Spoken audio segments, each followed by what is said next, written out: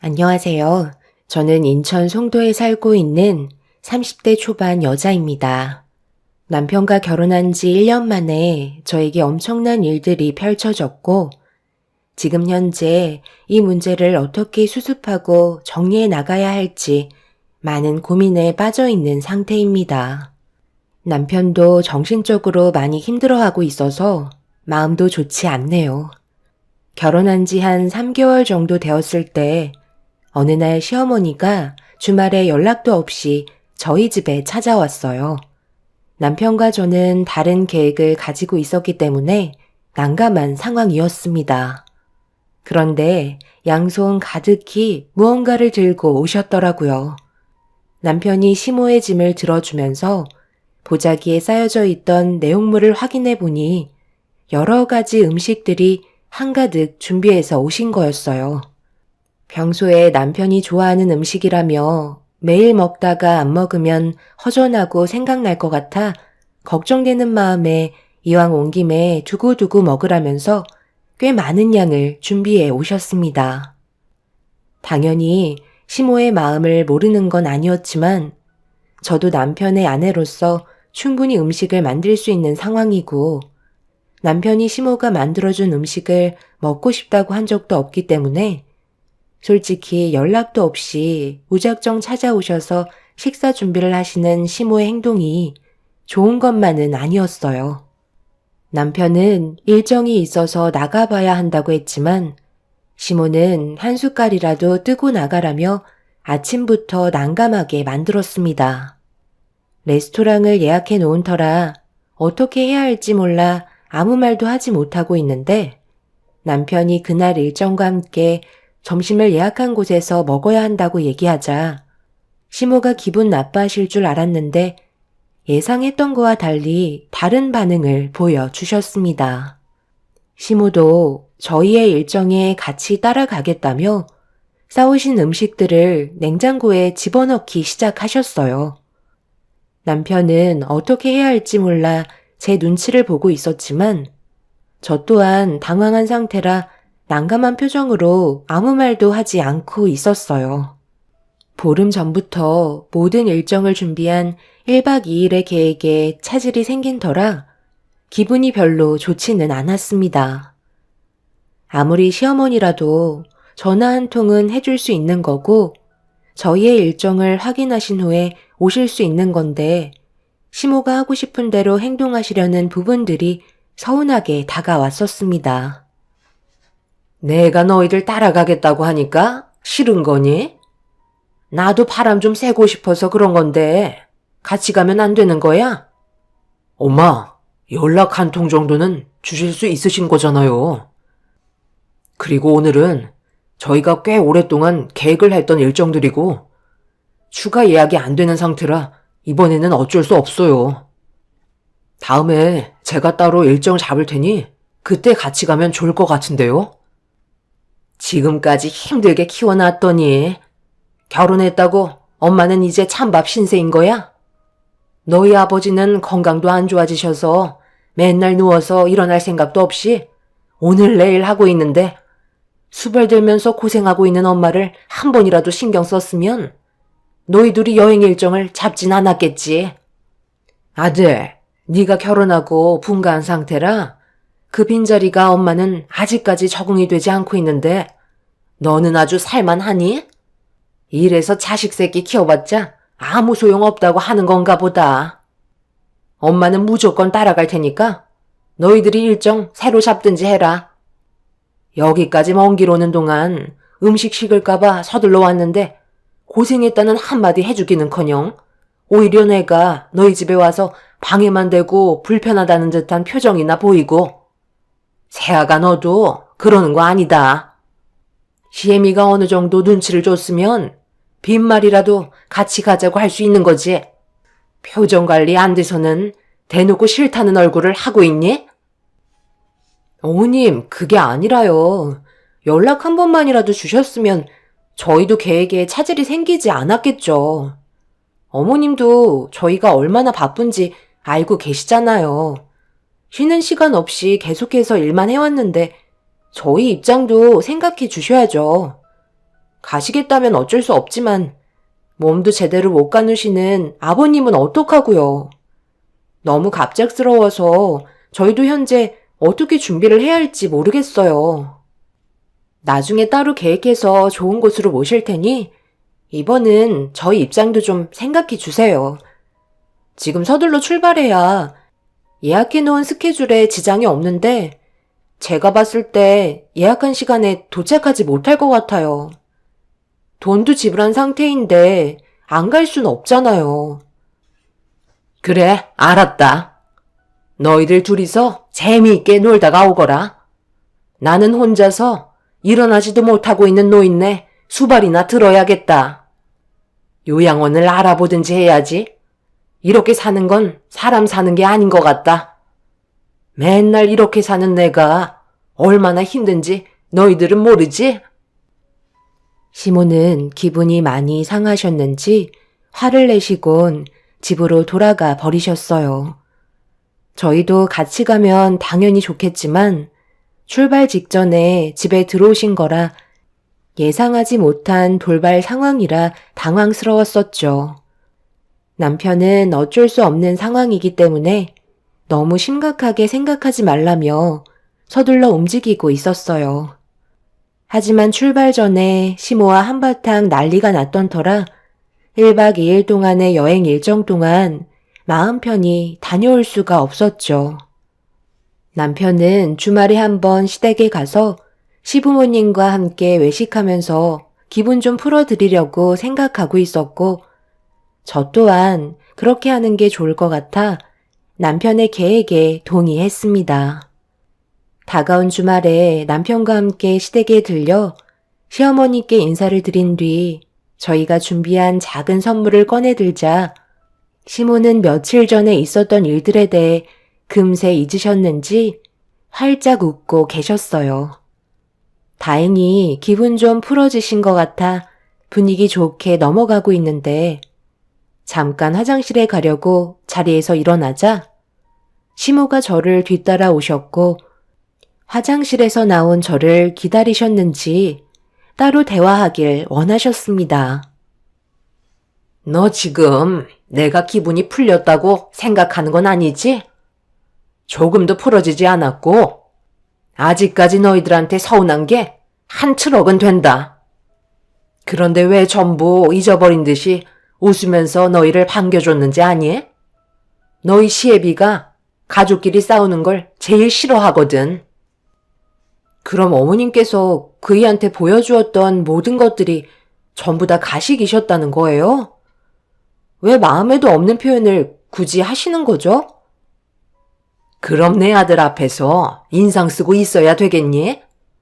저 노인네가 지금 몸도 안 좋은데 괜히 신경 쓰이게 해서 이득 볼 게 뭐가 있겠어? 그리고 내 아들한테 물어보니까 얼마 전에 만들어뒀던 음식들 전부 다 먹었다며? 그래서 돌아오는 월요일 한번 들릴 테니 그런 줄 알고 있어라. 내 아들 먹일 밥은 내가 할 테니 현관문 비밀번호 바꾸면 그땐 그냥 넘어가지 않으마. 내 말이 무슨 뜻인지 알아먹었지? 괜히 너랑 내가 개인적으로 지금 나눈 대화들 쓸데없이 주둥이 놀리면 어떻게 되는지 알지? 머리채 잡히고 싶지 않다면 그냥 조용히 입 다물고 있거라. 시모는 저에게 조금도 의견을 물어볼 생각도 없으셨는지 일방적으로 시모가 하고 싶은 대로 움직이겠다는 말을 아무렇지도 않게 뱉으셨습니다. 저는 그 순간 기분이 나쁘거나 서운했던 것보다 남편과의 결혼에 대해 후회하게 되는 마음이 먼저 들게 되었어요. 그만큼 시모가 저에게 뱉은 한마디는 상당한 스트레스를 안겨주었고 시모는 그날 이후 돌아오는 월요일 새벽같이 저희 집 현관문 비밀번호를 입력한 뒤 집으로 들어오셨습니다. 설마 했는데 직접 몸을 움직이시는 시모의 행동이 시작되는 월요일부터 기분을 상하게 만들었고 남편도 시모가 새벽부터 신혼집에 찾아와 주방에서 시끄럽게 움직이는 소리에 잠에서 깬 남편은 시모에게 뭐 하시는 거냐고 상당히 불편하다는 듯 짜증을 내기 시작했습니다. 예상했던 일들이 눈앞에 펼쳐지고 있었죠. 엄마, 지금 뭐 하시는 거예요? 제가 연락하고 와달라고 몇 번이나 부탁드렸는데 저를 완전히 무시하는 거예요? 새벽 5시에 저희 부부 말고도 지금 다른 집에서도 자고 있는 사람들이 한두 명도 아닌데 시끄럽게 움직이셔야겠어요? 다 너 생각해서 그렇지. 너 아침 안 먹으면 속쓰려 하잖니. 그리고 새아가가 아직까지 네가 어떤 패턴으로 살아왔는지 모든 걸 알지 못하기 때문에 적응할 수 있는 시간을 벌어주는 건데 너무 안 좋게만 바라보면 엄마 입장이 난처하잖니. 새벽부터 얼굴 붉히지 말고 더 눈 좀 붙여라. 아침상 준비되면 그때 깨워줄 테니. 새아가 뭐하고 있어? 내 아들 데리고 방으로 들어가지 않고. 시모는 저희 부부를 방 안으로 다시 들여보낸 뒤 주방에서 혼자 음식 준비를 하고 계셨어요. 남편이 출근하려면 시간이 남았기 때문에 눈 좀 붙이고 있으라는 말을 하셨지만 시모가 주방에서 일을 하고 계시는데 어느 누가 두 발 뻗고 잠을 잘 수가 있겠어요. 남편은 짜증 섞인 얼굴로 침대에 다시 누웠지만 저는 며느리의 입장이라 시모의 일손을 도와드릴 수밖에 없었습니다. 시모는 남편이 방으로 들어간 걸 확인한 뒤에 저에게 아침상을 준비시키면서 또 다시 잔소리를 늘어놓기 시작하셨습니다. 저 또한 예민한 상태였지만 새벽부터 얼굴 붉히고 싶지 않아 시모의 잔소리를 온몸으로 받아들이면서 안 좋아진 감정을 억누르고 있었어요. 시모가 시키는 걸 최대한 토달지 않고 묵묵히 움직이고 있는데 남편이 밖에서 제가 고생하고 있다는 걸 알고 있었는지 결국 또 다시 문제가 생기게 되면서 남편의 불만들이 시모를 향해 쏟아지더니 심각한 분위기가 조성되고 말았어요. 아들, 어떻게 엄마한테 그런 막말을 퍼부을 수가 있는 거야? 다 너를 위해서 한 행동들인데 꼭 그렇게 얘기했어야 했니? 그건 엄마 생각이죠.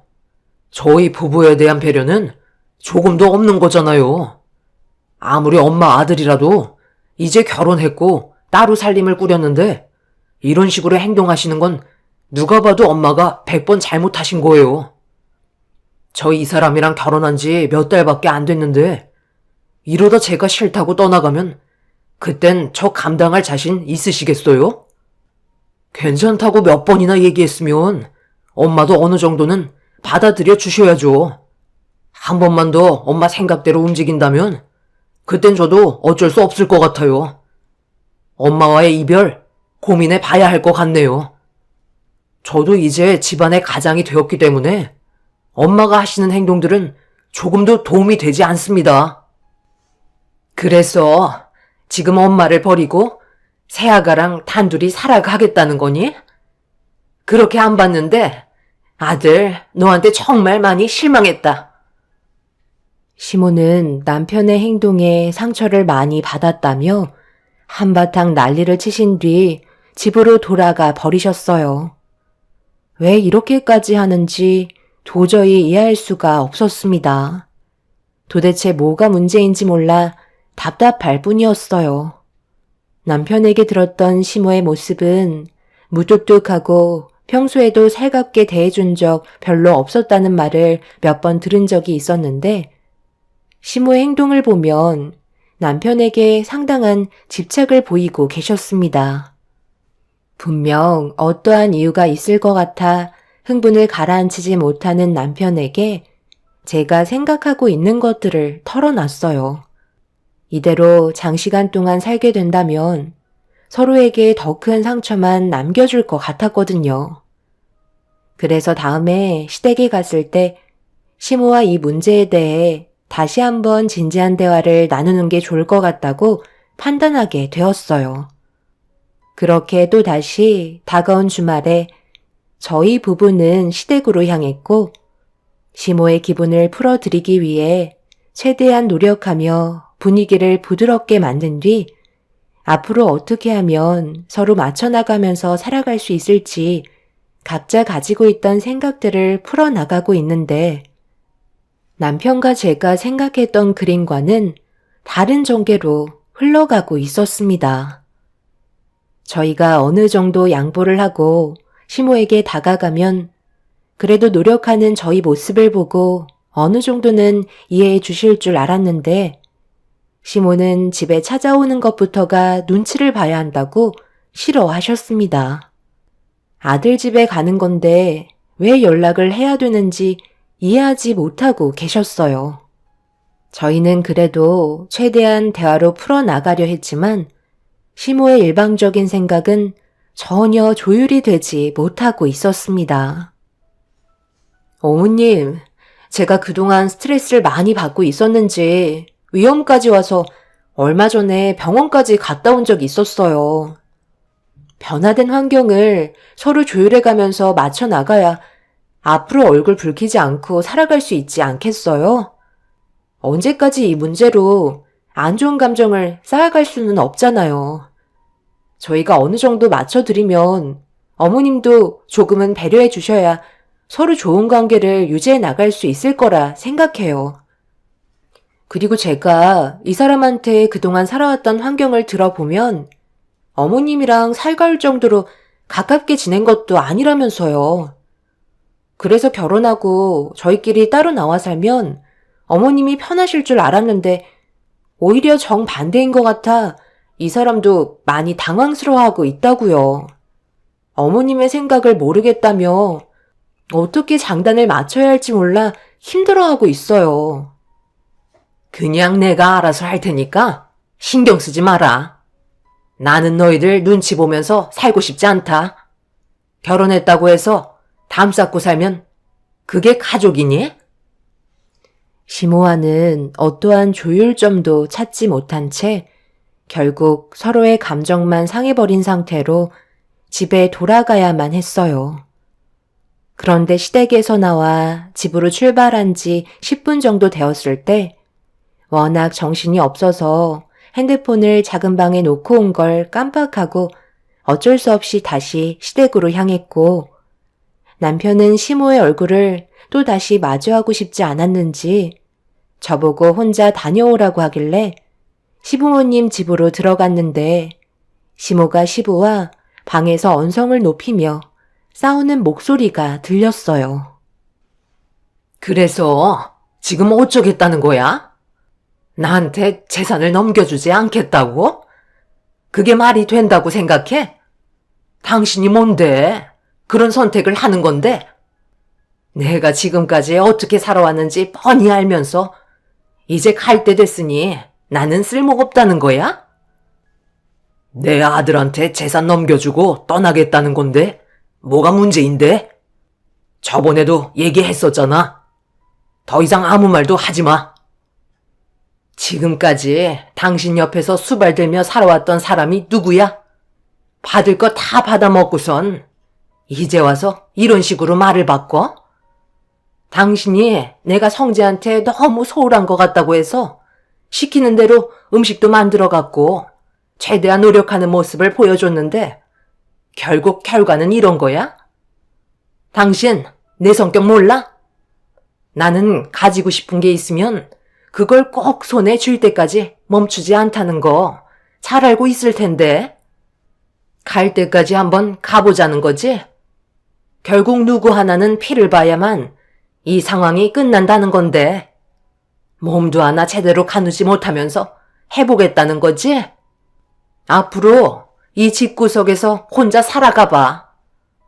나는 당신이 굶어 죽던 넘어져서 뇌진탕에 걸려서 세상을 떠나던 신경 쓰지 않을 테니까 한번 해보자고.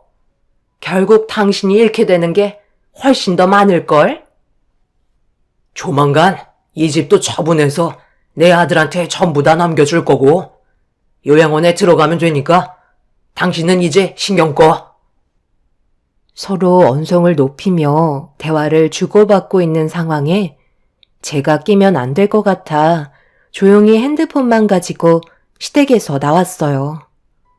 그렇게 차에 올라타 남편도 시부모님이 서로 언성을 높이면서 싸우고 있다는 걸 알아야 할 것 같아 전부 다 설명해 주었지만 남편은 이미 많이 피곤하다며 집으로 방향을 틀었습니다. 어차피 시부모님의 대화에 끼어봤자 더 크게 화만 불러일으킬 거라며 더는 얼굴 붉히고 싶지 않은 듯 집으로 가게 되었죠. 그렇게 얼마의 시간이 지나고 시부는 정말로 살고 계신 집을 처분하려고 준비 중이셨습니다. 시부의 부름으로 남편과 함께 다시 집으로 들어가니 집안에 필요한 물건은 빼고 나머지는 전부 다 폐기 처분할 거라면서 집안을 정리해 주길 원하고 계셨어요. 시모는 그런 시부의 행동에 화가 머리끝까지 올라왔는지 입술이 산만큼 튀어나와 계셨습니다. 남편이 살았던 집은 꽤 특별한 집이었어요. 시부가 처음으로 지은 집에서 태어나 자란 곳이라 많은 추억들이 묻어있는 공간이었죠. 시부는 시모와 사시기에는 너무 넓기도 하고 요양원에 들어갈 거라면서 서둘러 짐을 정리해 주길 원하고 계셨습니다.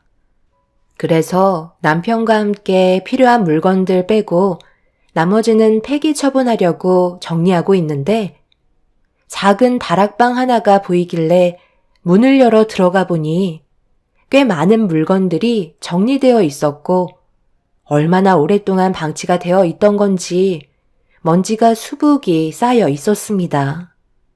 저는 한쪽에 자리를 잡아 앉은 뒤 꽤 오래된 물건들을 구경하고 있는데 작은 앨범 하나가 눈에 띄길래 꺼내서 펼쳐보니 그 안에 꽤 많은 사진들이 붙어 있었습니다. 그런데 한 장 한 장 넘길 때마다 이해되지 않는 사진들이 눈에 들어왔고 제 심장은 점점 요동치기 시작했어요. 저는 알지 못했던 충격적인 사실 하나를 알게 돼서 일단 급하게 앨범에 있던 사진들을 전부 떼어내 가방 안으로 집어넣었고 앨범을 제자리에 넣어둔 뒤 자리에서 일어나려는 순간 바닥에 작은 초소형 편지 봉투 하나가 떨어져 있어 조심스럽게 안의 내용물을 확인해 봤는데 입을 다물지 못할 정도로 충격적인 내용이 담겨 있었고 말도 안 되는 사실들에 그 자리에서 털썩 주저앉고 말았습니다. 한참 동안 그 자리에 멍하니 앉아있던 도중 남편이 저를 찾고 있는 목소리에 일단 급하게 다락방에서 빠져나와 도움을 필요로 하는 남편을 도와주며 이런 상황을 어떻게 풀어나가야 할지 고민에 빠지게 되었죠. 짐 정리하는 게 하루 만에 끝낼 수 없는 거였기 때문에 그렇게 어느 정도 대충 정리를 마친 뒤 저희는 집으로 돌아왔어요. 남편은 아무것도 알지 못하는 건지 알면서 저에게 지금까지 말을 하지 않았던 건지 알 수 없는 상태에서 저 혼자만의 고민에 빠져 있었어요. 어느 정도 집안 정리가 끝나고 남편이 심적으로 어느 정도 안정을 찾았을 때 그때 얘기하는 게 좋을 것 같아 가방에서 꺼내지 않고 계속 간직하고 있었습니다. 그렇게 시댁 집안의 물건들을 전부 다 정리한 뒤 시부는 집을 처분하기 위해 부동산에 내놓았고 얼마 지나지 않아 집은 다른 사람의 소유로 넘어가게 되었네요. 그리고 시부는 요양원으로 들어가셨고 시모는 혼자서 지낼 수 있는 작은 집으로 이사하셨습니다. 그날 이후 시모는 더 이상 저희 집에 찾아오지 않으셨어요. 재산 문제가 제대로 해결이 되지 않아 시모는 시부에게 불만이 상당히 많았었고 안 좋은 분위기 속에 명절날 모두가 시부가 있는 요양원으로 모이게 되었습니다. 그리고 시부는 모두가 모여있는 자리에서 입을 여셨어요.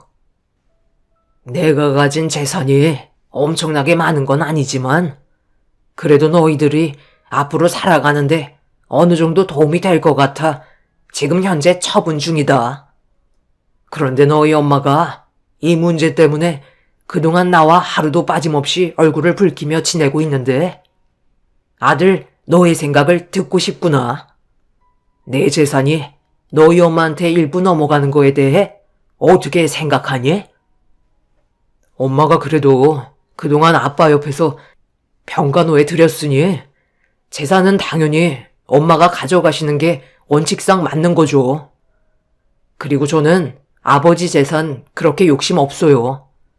지금 저희 둘이 버는 돈으로도 충분하고요.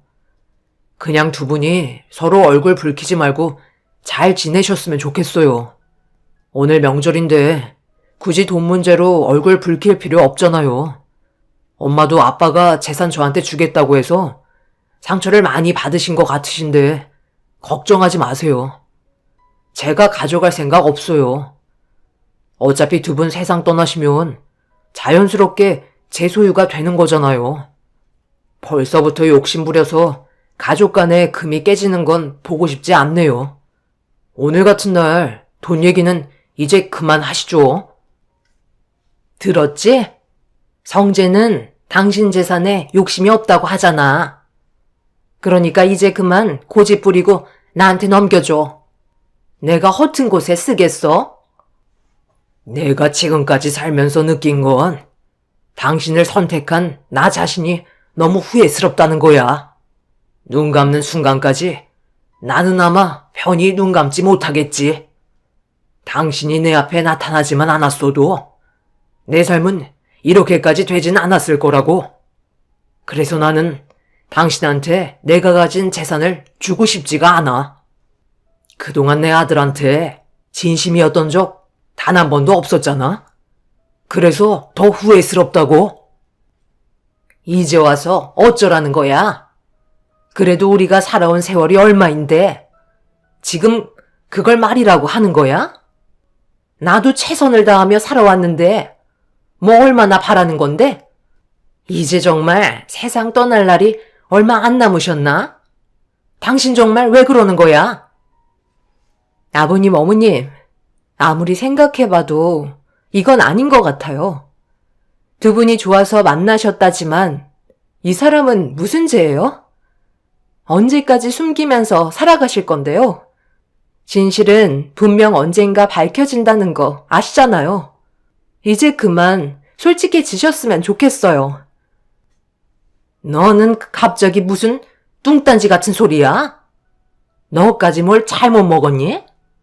명절날 괜히 눈물 쏟아내고 싶지 않으면 조용히 있다가 가라. 그래도 오늘 내 아들이 재산을 포기한다니까 넘어가는 거야. 평소 같았으면 그냥 넘어가지 않았을 거다. 제가 뭘 잘못했길래 욕을 먹어야 하는 건데요? 정작 용서를 구해야 할 사람은 제가 아니라 아버님이랑 어머님이죠. 저는 시모에게 가방에 있던 봉투를 꺼내 던졌고 시모는 떨어진 봉투를 주워 들어 안의 내용물을 꺼내 확인을 하셨어요. 그리고 잠시 뒤 시모의 얼굴은 점점 굳어졌고 남편이 시모의 손에 들려있던 편지를 빼서 읽어 내려간 순간 온몸이 떨리기 시작했어요. 그리고 저는 가방에 있던 사진들을 남편에게 전부 보여줬고 남편은 건네받은 사진을 보자마자 털썩 주저앉아 오열을 하고 말았습니다. 시부가 바닥에 떨어져 있던 사진들을 보자 하얗게 질려버린 얼굴로 당황해하더니 힘겹게 자리에서 일어나 남편에게 다가가려 하자 강하게 거부했어요. 시모는 넋이 나간 얼굴을 하더니 밖으로 뛰쳐나가려는 남편에게 모든 걸 설명하겠다며 붙잡는 순간 남편이 시모의 얼굴에 뺨을 내려치면서 분노하고 말았습니다. 사진 속에 있던 이 사람이 내 친모고 당신은 아버지랑 바람난 내연녀라는 거잖아. 나는 그동안 당신의 더러운 손으로 자라왔던 거고 나는 지금까지 살면서 당신을 엄마라고 믿고 따랐는데 어떻게 이런 끔찍한 일을 저지를 수가 있는 거지? 내 친모가 나를 업어주고 있는 이 사진을 나는 30년이 지나서야 처음 보게 된 거라고. 당신은 우리 엄마를 세상 떠나게 해놓고 그동안 조금의 죄책감도 없이 살아왔었나 봐. 엄마가 나한테 마지막으로 남긴 이 편지가 다락방에 쭈그려서 적었다는 게 말이 돼? 그건 그냥 단순 사고였어. 다락방에 있는 줄 몰랐다고. 너희 아빠랑 여행 가는데 정신 팔려서 깜빡했던 게 집에 들어와서 생각난 건데 우리도 얼마나 당황스러웠는데. 솔직히 빠져나올 수 있었으면 충분히 나올 수 있었다고. 당신이 뭔데 우리 엄마한테서 나를 떨어뜨려 놓은 건데? 그래서 아버지는 엄마를 그렇게 떠나보낸 죄책감 때문에 저한테 돈으로 때우려 하신 거예요? 내 30년이 넘는 인생을 사는 동안 기억도 나지 않는 엄마의 얼굴을 이제야 봤는데 그게 용납이 될 거라고 생각하세요? 두 분이서 한 사람을 세상 떠나게 해놓고 지금까지 서로 웃으며 행복하다는 말을 아무렇지도 않게 해왔던 걸 생각하면 정말 온몸에 소름이 돋네요. 아버지가 저한테 주시겠다는 재산 저는 받아야겠어요. 당신 목구멍으로 들어갈 돈들 내가 두 눈으로 지켜보지 않을 겁니다. 내 남은 인생 모든 걸 걸어서라도 당신들 무너뜨릴 거야. 경찰도 단순 사고로 결론 내린 사건이었는데 이제 와서 뭐 어쩌게. 그리고 나는 지금까지 너를 내 친아들로 생각하며 진심을 다해 키워줬다고. 비록 너희 아빠랑 내가 안 좋은 방식을 선택하긴 했지만 너한테는 진심이었다고. 남편은 더 이상 듣고 싶지 않았는지 요양원에서 뛰쳐나오고 말았어요. 그리고 저도 남편의 뒤를 따랐고 집으로 돌아온 남편은 몇 날 며칠 동안 자기를 진심으로 사랑해주고 있는 친모의 모습이 담긴 사진을 바라보면서 오열을 했고 시부는 이런 사실을 세상 떠나실 때까지 밝히지 않으려 했지만 모든 진실은 숨길 수 없었기 때문에 밝혀지게 되면서 건강 상태가 더욱더 악화가 되고 마셨습니다. 남편의 친어머니는 교통사고로 하반신 마비가 되셨다고 해요. 더 충격적인 건 그 사고를 낸 가해자가 지금의 시모였고 시모는 죄책감에 시부와 자주 왕래하며 남편의 친모를 간병해 주셨다고 해요. 그러다 시부와 정분이 나게 되면서 두 분이 여행을 떠날 때 남편의 친모를 다락방에 한 달 이상 방치하고 의식주 해결이 되지 않았던 친모는 남편에게 마지막 편지를 남기시고 눈을 감으셨어요. 이 와중에 시모는 자기가 가지고 싶은 건 뭐든 다 가져야 한다며 남편과의 인연을 끊어내고 싶어 하지 않았어요. 두 분이 불륜관계를 저질러 놓고 지금까지 살아왔었으면서 오히려 떳떳해하는 모습을 보니 정말 소름이 돋습니다. 그날 이후 지금까지 남편은 시부모님의 얼굴을 단 한 번도 본 적이 없었고 시부가 현재 오늘 내일 하고 있다며 그래도 세상 떠나기 전에 얼굴 한번 봐야 하지 않냐고 시모는 저한테 남편을 설득해서 요양원에 와주길 바라시네요. 이런 상황을 어떻게 처리해야 할지 몰라 많이 답답한 상태입니다. 여러분들께서는 시부의 마지막 순간을 봐야 한다고 생각하시나요? 그리고 시모와 남편과의 관계도 어떻게 하면 될까요? 시모는 비록 내연녀의 입장이었지만 지금까지 친아들처럼 생각했다고 남편과의 인연을 끊어내고 싶어 하지 않고 있습니다. 여러분들께서 현명한 선택을 할 수 있도록 저희 부부에게 지혜를 나눠주시면 정말 감사하겠습니다. 하루빨리 이런 답답한 상황이 해결이 되었으면 좋겠네요. 제 사연을 들어주신 분들 감사합니다. 안녕하세요. 저는 40대 중반 여자입니다. 살다 보니 제가 이곳에 사연을 신청하게 될 거라곤 상상조차 하지 못했었는데 제가 겪은 아픔을 어디에도 하소연할 곳이 없어 이렇게나마 도움을 받아보려 합니다. 작년 겨울날 한참 깊은 잠에 빠질 시간에 남편이 침대에서 뒤척이며 일어나길래 화장실에 다녀오는 줄 알았어요. 그런데 현관문을 열고 밖으로 나가는 소리가 들리더라고요. 워낙 잠기가 밝았던 저는 잠에서 깨게 되었고 핸드폰을 켜서 시간을 확인해 보니 새벽 3시 30분이었습니다. 갑작스러운 돌발 행동을 이해할 수 없어 침대에서 일어났고 창밖을 바라보면서 밖으로 나간 남편을 찾아봤지만 보이지 않더라고요. 그래서 전화를 해보려는데 핸드폰은 안방에 두고 나간 상태였습니다. 갑자기 밖으로 나갔기 때문에 들어올 때까지 기다릴 수밖에 없었죠. 별일 아니겠거니 생각하며 다시 안방으로 들어와 침대에 누운 뒤 뒤척이고 있는데 금방 들어올 거라고 어느 정도 예상했던 시간을 넘어가자 불안한 마음에 밖으로 나가서 남편을 찾게 되었어요. 혹시 차에 간 줄 알고 주차장으로 내려가 봤는데 차는 그대로 있더라고요. 딱히 갈 곳이 없는 걸로 알고 있었기 때문에 짐작할 만한 장소도 생각나지 않았어요. 회사에서 회식하는 날 빼곤 일찍 집에 들어오는 남편이라 혹시 제가 모르는 우울증 같은 게 있을지도 모를 것 같다는 불안감이 엄습해 오기 시작했어요. 살을 파고드는 추위에 제 걱정은 점점 더 커졌고 오만 가지 생각들이 머릿속을 스쳐 지나가길래 경찰에 신고를 해야 되나 갈등하고 있는데 제 핸드폰으로 남편에게 전화가 왔어요.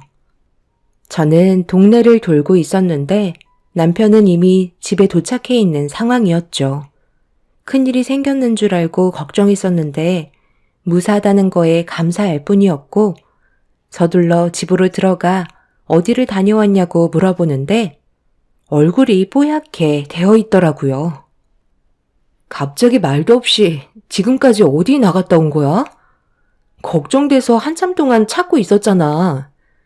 조금만 늦게 연락 줬으면 경찰에 신고할 뻔 했다니까? 무슨 일 없는 거지? 내가 신경 쓰지 않아도 될 만한 일인 거지? 고민거리가 있으면 나한테 말을 해야지. 내가 무슨 고민이 있어. 그냥 겨울이고 날도 추운데 몸이 너무 뻐근한 것 같아서 잠깐 목욕탕에 다녀왔지. 괜히 당신 깨우고 싶지 않아서 몰래 다녀오려고 한 건데 나를 찾겠다고 밖에까지 돌아다니면 어떡해. 내가 한두 살 먹은 어린애도 아니고 알아서 들어올 텐데 핸드폰이라도 가져갈 걸 그랬네. 어차피 탕에 들어가면 연락을 할 수가 없으니까 두고 나간 건데 다음에는 내가 미리 얘기하고 가도록 할게. 피곤할 텐데 들어가서 눈 좀 붙여. 나는 곧 출근해야 되잖아. 남편은 목욕탕에 다녀와서 배가 고픈지 냉장고를 뒤적거리길래 제가 상을 차려준 뒤 몸이 너무 피곤해서 방에 들어가 눈을 붙였습니다. 그날 이후 남편은 제가 걱정하지 않게끔 새벽에 목욕탕을 갈 것 같으면 미리 알려주었고 그 다음부터는 크게 신경을 쓰지 않았습니다. 그렇게 겨우내 남편은 며칠에 한 번꼴로 목욕탕을 다녀왔었어요. 시간대는 항상 비슷했는데 저에게 몸이 많이 안 좋아진 것 같다며 근육이 자꾸 뭉치고 피곤하다는 말을 자주 입 밖으로 꺼냈습니다. 집안의 가장이 무너지면 전체가 주저앉는 거라 건강을 유지시켜주기 위해 몸에 좋은 음식들을 매번 내어주었고 보약까지 지어주면서 하나뿐인 남편을 위해 할 수 있는 건 뭐든 다 해주었네요. 그래도 신경 좀 써주니 몸의 활력을 다시 되찾은 듯 점점 좋아지는 몸 상태를 보면서 만족한 삶을 살아가고 있었습니다. 그렇게 겨울이 지나 봄이 찾아오고 날이 좀 풀리기 시작하면서 제 딸들도 새해도 찾아온 김에 같이 목욕탕 좀 다녀오는 게 좋을 것 같아 애들을 데리고 목욕탕에 들어가기 전에 결제를 하며 사장님과 새해 인사를 주고받다가 남편 얘기를 꺼냈는데 사장님이 알 수 없는 말을 하시더군요. 민서 아빠가 목욕탕에 자주 왔었다고? 우리 남편이 낮에 관리하고 내가 새벽에 자리를 지키고 있는데 민서 아빠가 목욕탕에 온 적은 한 번도 없었는데? 어제 새벽에 목욕탕에 오신 분이 5손가락에 꼽혀서 내가 기억을 못하는 것도 아닌데 거짓말 하겠어? 동네에 목욕탕이 여기밖에 없잖아. 민서 아빠가 우리 목욕탕 왔다고 그래? 그이가 거의 이틀에 한 번꼴로 새벽마다 목욕하고 왔는걸요. 몇 달 전부터 몸이 안 좋다고 뭉친 몸을 좀 풀어야 할 것 같다면서 사장님 목욕탕에 다녀왔었는데 그이 얼굴을 한 번도 못 봤다고 하셔서 저도 지금 많이 당황스러워요. 정말 민서 아빠 여기 안 왔어요? 내가 민서 엄마네 가족 불화 만들려고 거짓말 하겠어? 우리가 얼굴 한두 번 본 사이도 아니고 한 아파트에 살고 있는데 없는 얘기를 지어낼 필요는 없잖아. 확실하게 민서 아빠가 목욕탕에 온 적은 단 한 번도 없으니까 집에 들어가서 한번 물어봐봐. 목욕탕 사장님과 한 아파트에 살기 때문에 가끔 인사를 주고받는 사이였고 어느 정도 친분이 있었는데 애들과 함께 목욕을 하러 갔다가 안부차 인사를 하면서 남편 얘기를 잠시 꺼낸 것뿐인데 사장님은 남편이 목욕탕을 단 한 번도 찾아온 적이 없었다는 한마디를 하는 순간 무언가 철렁 내려앉는 느낌이었어요. 뒤통수를 세게 맞은 것 같았고 그 자리에서 멍하니 있는데 애들이 목욕탕에 언제 들어가냐고 부채길래 오만 가지 생각 속에 애들을 씻기고 겨우 집으로 들어왔습니다.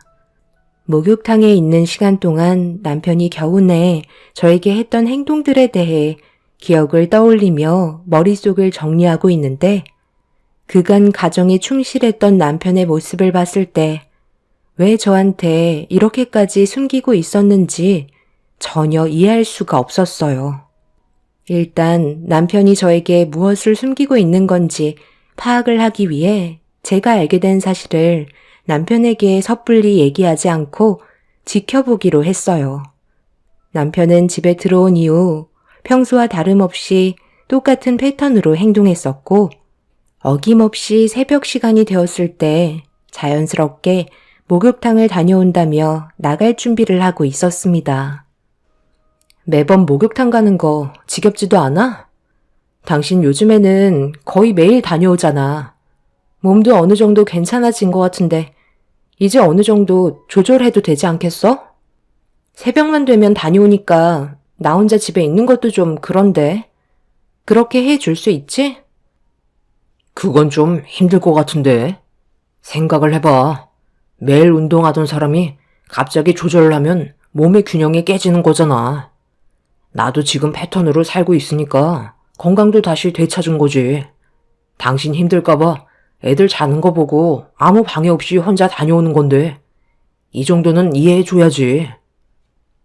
목욕탕은 집 앞에 있는데 혹시 먼데 다녀? 간단하게 목욕만 하고 집으로 들어오면 안 돼? 요즘 들어 더 늦어지는 것 같아서. 여기 집 앞에 있는 목욕탕 다녀오는 거지. 동네는 한 군데 말고는 없잖아. 요즘에는 눈도 좀 붙이고 와서 좀 늦는 것 뿐이야. 나도 일을 해야 되니까 잠은 자야 할 거 아니야. 목욕탕에서 또 집에 들어오면 잠은 언제 자? 차라리 거기에서 잠깐이라도 눈 좀 붙이고 들어오는 게 낫지. 더 이상 할 말 없지? 그럼 나는 나갔다 올 테니까 걱정하지 말고 먼저 자고 있어. 늦지 않게 올게. 남편은 저에게 눈 하나 깜빡하지 않고 거짓말을 하고 있었어요. 뭐가 그리 급한지 저와 대화하는 시간조차 아까운 듯 서둘러 밖으로 나갔습니다. 막상 눈앞에서 남편의 거짓된 행동을 보고 있으니 더 혼란스러웠고 어떻게 해야 할지 몰라 너무 괴로웠었어요. 현실을 인정하고 싶지 않았지만 남편은 저를 속이고 바람 피우고 있다는 것 말고는 아무것도 떠오르지 않았습니다. 젊은 나이에 남편과 결혼을 해서 집 하나 마련하기 위해 아이 낳는 것도 미룬 채 둘이서 열심히 맞벌이하며 달려왔었고, 그렇게 안정적인 거주지를 마련하고 뒤늦게 아이를 가져서 행복한 가정생활을 보내고 있었는데, 남편은 제가 모르는 행동들을 몰래 하고 있었습니다. 제일 믿었던 사람에게 받은 배신감은 너무 큰 상처로 다가왔었어요. 아무것도 모른 채 잘 자고 있는 아이들을 보고 있는데 힘들게 꾸려온 가정이 곧 무너질 걸 생각하니 저도 모르게 눈물이 쏟아졌고 어디서부터 잘못된 건지 알 수 없어 답답한 마음에 제 가슴만 내리치며 분을 삭힐 수밖에 없었네요. 그렇게 날이 밝아오고 현관문을 열고 몇 시간 뒤에 들어온 남편의 얼굴을 마주할 자신이 없어 이불을 머리끝까지 덮은 채 자고 있는 척 연기를 했어요. 남편은 방문을 살짝 열고 저를 살핀 뒤 주방에서 아침을 챙겨 먹고 출근을 하려고 다시 현관을 나가는 소리가 들렸습니다. 그렇게 남편이 출근을 하고 다시 한번 확인을 하기 위해 아침부터 목욕탕으로 달려가 카운터에서 자리를 지키고 있는 사장님께 새벽에 남편이 왔냐고 물어보니 온 적이 없다면서 제가 안색이 좋지 않자 무슨 일이 생겼냐며 걱정을 해 주셨습니다. 저는 새벽 시간대 CCTV를 확인해 보고 싶다며 부탁을 했고 사장님은 목욕탕 건물로 들어오는 사람들을 보여주셨는데 남편은 정말 CCTV에 찍히지 않았습니다.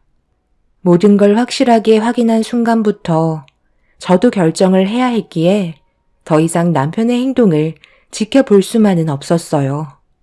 어떠한 증거물이라도 확실하게 잡아야 할 것 같아 오만 가지 생각을 다 했는데 현장을 확인하는 게 제일 좋은 방법 같더라고요.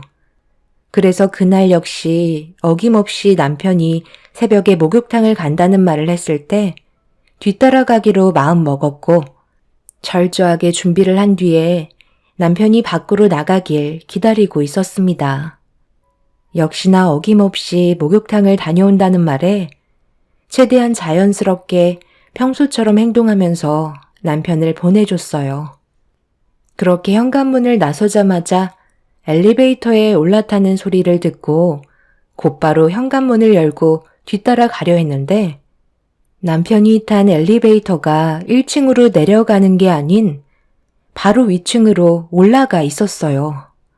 분명 아래로 향해야 되는 엘리베이터가 왜 바로 위층에 멈춰 있는지 이해할 수가 없었죠. 저는 비상 계단으로 조심스럽게 올라간 뒤 2개의 문을 바라보면서 많은 고민에 빠졌습니다. 분명 남편이 둘 중 하나의 문으로 들어갔을 텐데 목격을 하지 못했기 때문에 현장을 확실하게 잡을 필요가 있었습니다. 결국 현관문이 열리는 소리가 들릴 때까지 저는 미련하게 비상계단에서 숨죽이며 몇 시간 동안 기다리고 있었죠.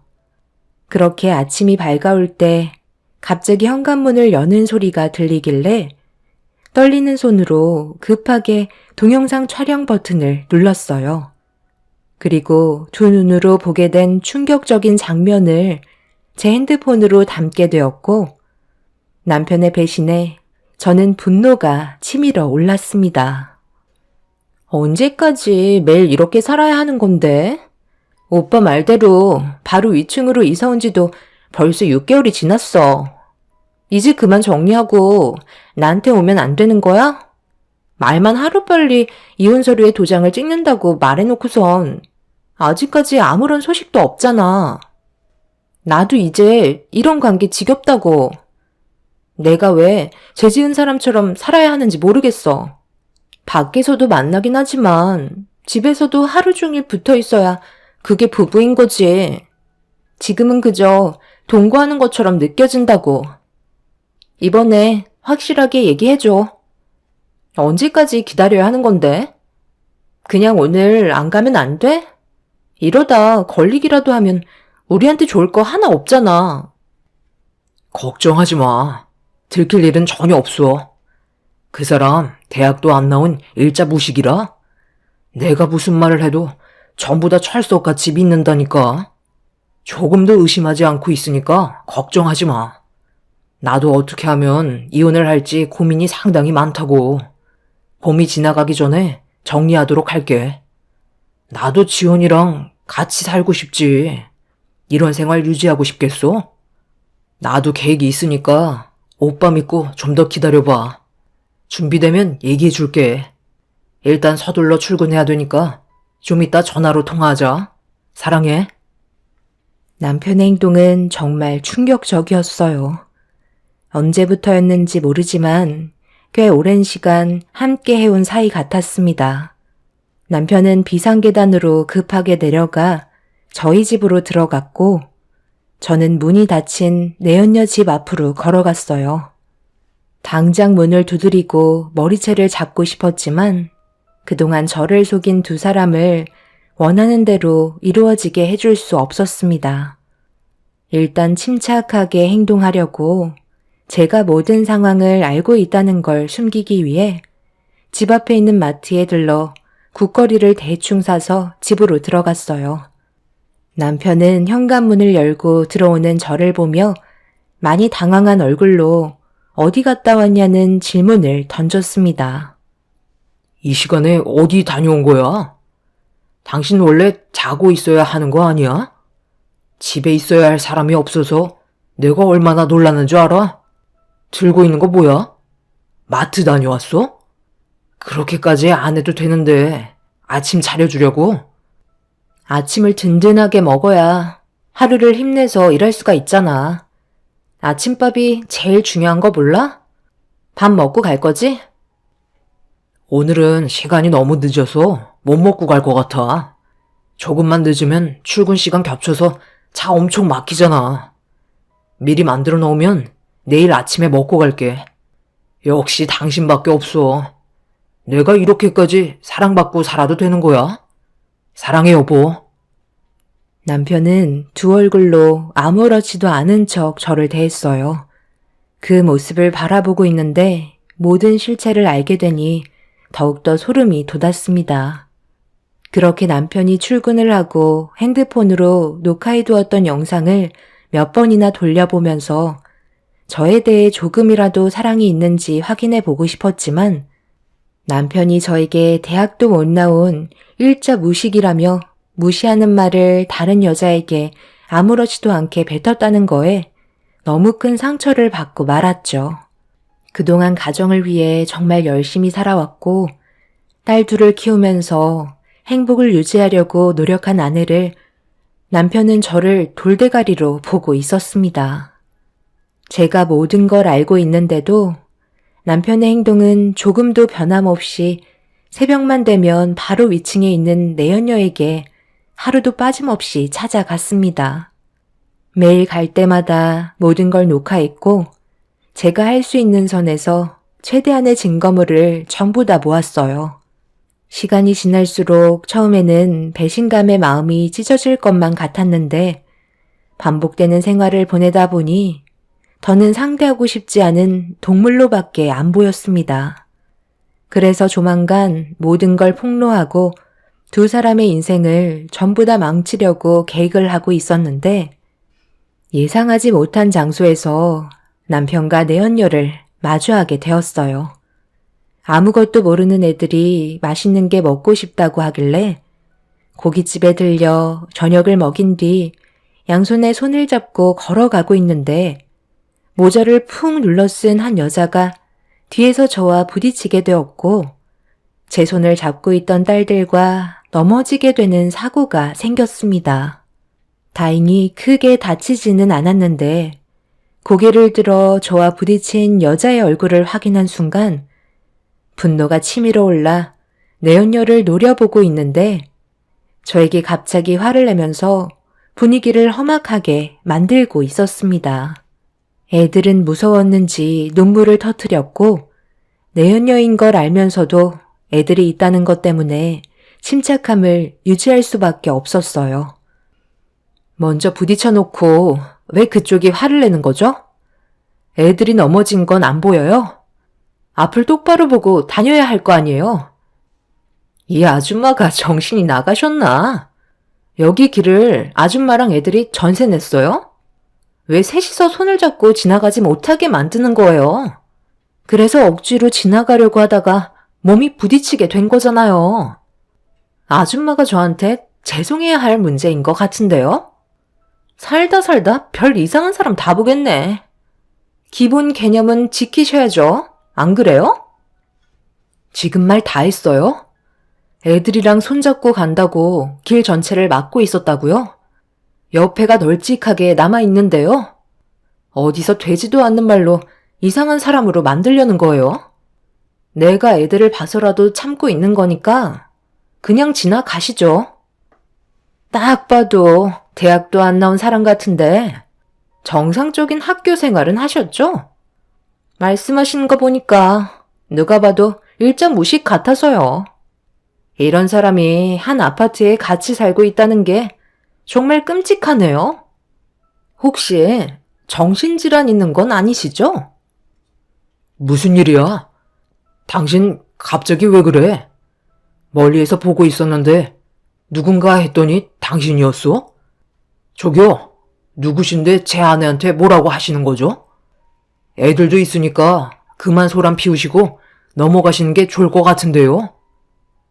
그렇게는 못하겠어요. 워낙 개념이 없는 아줌마라 이번 기회에 고개도 들고 다니지 못할 정도로 창피를 줘야 한다고요.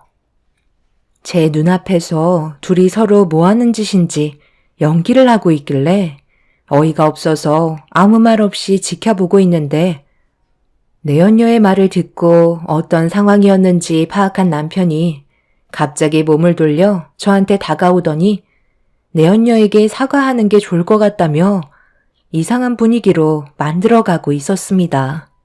이런 상황에서 제 편을 들어줘야 할 남편이 대놓고 내연녀 편에 섰다는 건 도저히 참을 수 없는 일이었어요.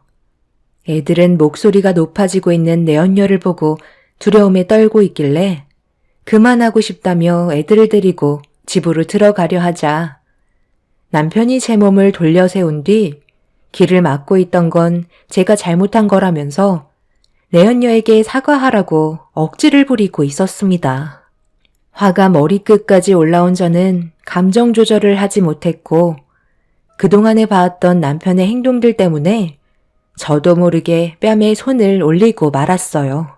동네 사람들이 전부 보는 앞에서 벌어진 일이라 남편은 당황했는지 저를 멍하니 바라보고 있었고 내연녀는 마누라 관리 잘 하라면서 그 자리를 피했습니다.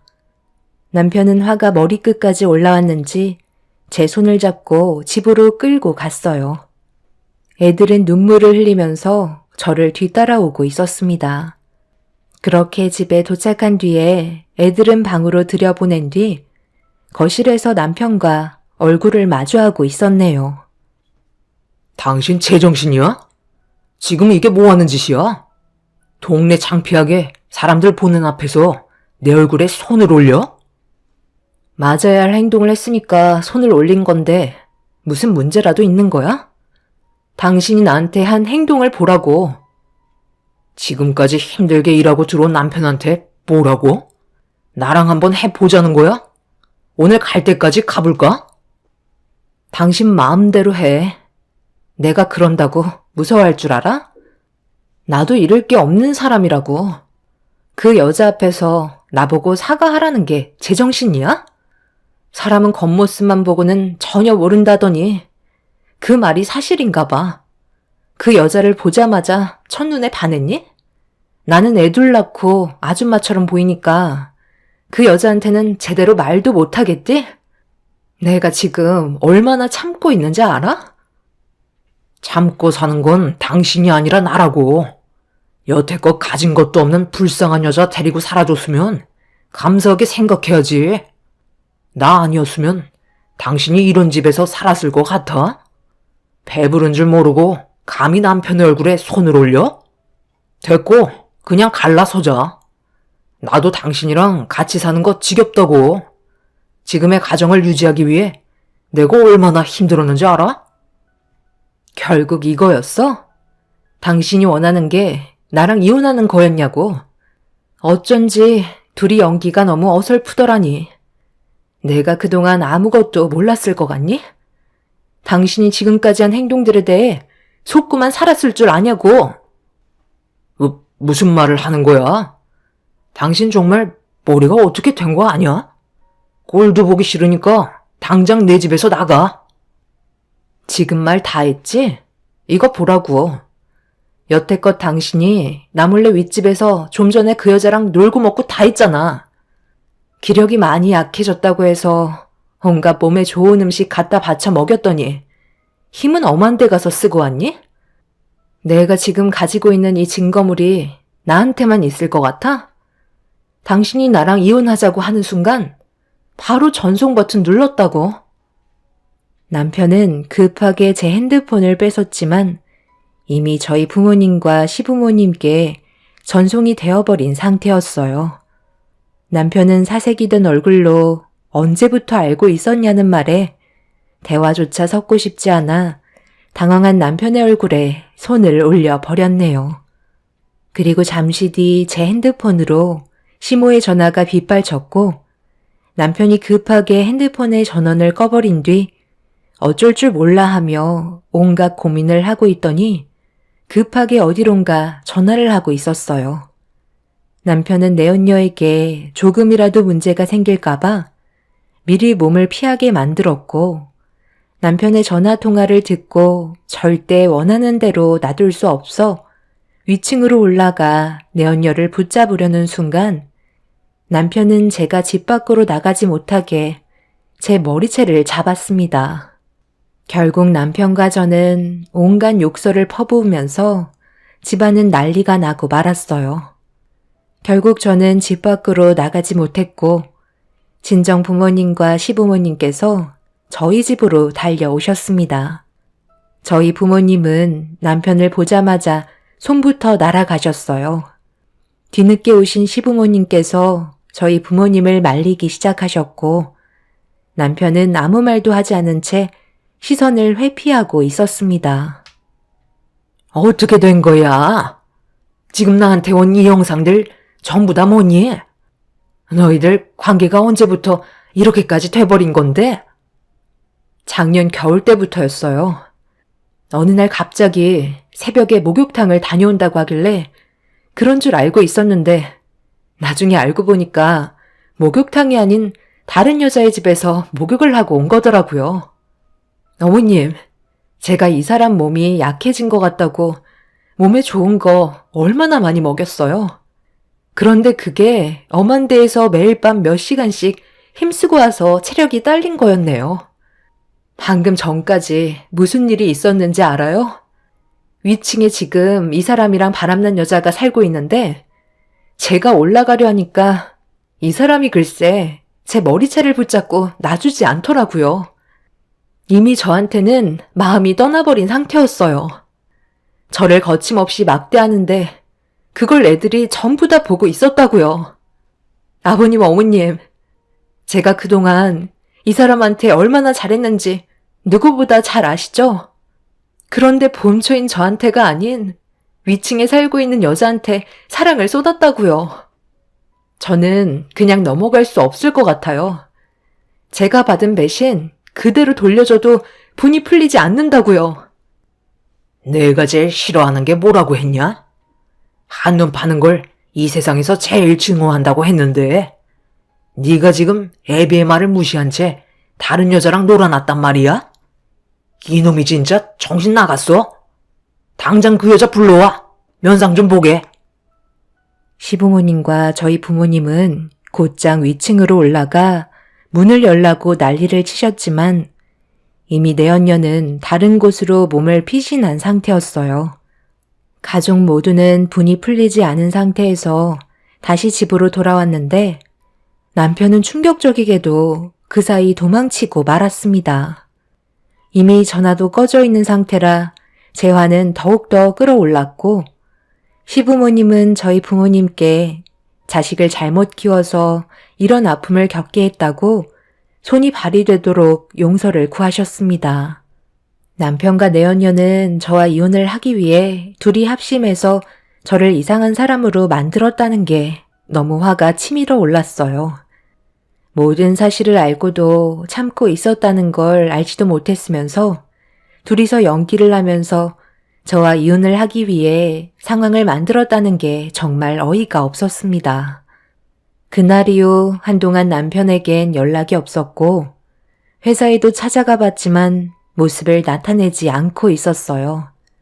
그렇게 며칠의 시간이 지나면서 집에 있던 물건들을 싹 다 정리한 뒤 이혼을 준비했고 도망쳤던 남편이 집으로 다시 들어왔습니다.